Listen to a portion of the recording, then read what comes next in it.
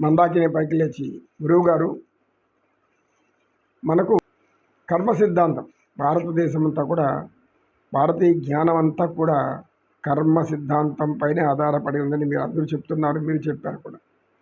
అయితే అనేక మంది అనేక దుష్కర్మలు చేస్తూ ఉన్నారు. మానవుల ప్రాణాలు జంతువుల కన్నా హీనంగా తీసేస్తున్నారు. దయ లేదు, జాలి లేదు. ఇలా అనేక రీతులలో ప్రాణహాని చేశారు. కొంతకాలం ఎన్నో సంవత్సరాల నుంచి మన భారతదేశంలో అనేక మందిని. ఇప్పుడు వీరికంతా కర్మ పట్టుకోదా అని అడిగింది. ఇప్పుడు తల్లి, కర్మ ఎవరిని వదిలిపెట్టదు. కర్మ ఎవరిని వదిలిపెట్టదు. ఇది సత్యం. అది ఎంత సమయమన్నా తీసుకోవచ్చు. కావాల్సింది సహవంసి సహమయి దేహి. సహంసి సహమయి దేహి అంటే సహనం అనేది కావాలంతే. తరాలు పోవచ్చు, మానవులు ఉండొచ్చు, పోవచ్చు.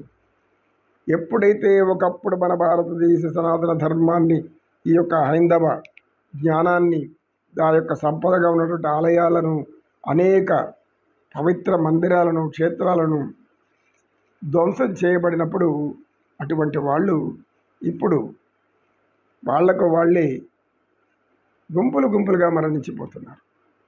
నరరూప రాక్షసులుగా మారి వారిని వారే హింసించుకొని చనిపోతున్నారు. ఇది తెలుసుకోవలసినటువంటి సత్యం.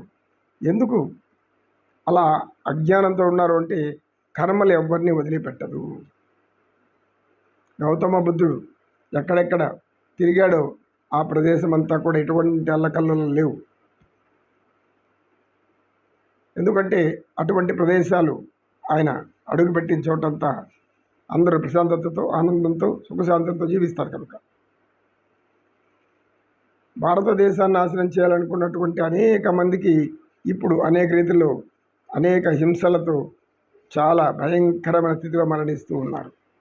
ఎందుకంటే వాళ్ళు పూర్వీకులు చేసిన పని యొక్క తలరాత ప్రస్తుతం ఉన్న వారి మీద కూడా పడుతూ ఉంది. అందుకని కర్మ ఎవరిని వదిలిపెట్టదు అంటే, చేసిన వాళ్ళని వదిలిపెట్టకపోయినా చేసిన వాళ్ళ తర్వాత వరాలని కూడా అది పీడిస్తూనే ఉంటుంది. మంచి అన్నా కానీ చెడు అన్నా కానీ. అర్థమైన తల్లి అని చెప్పి, ఓం నమో నారాయణాయ నమః. సర్వే భవంతు సుఖినః, సర్వే సంతు నిరామయాః, సర్వే భద్రాణి పశ్యంతు, మా కశ్చిత్ దుఃఖభాగ్ భవేత్.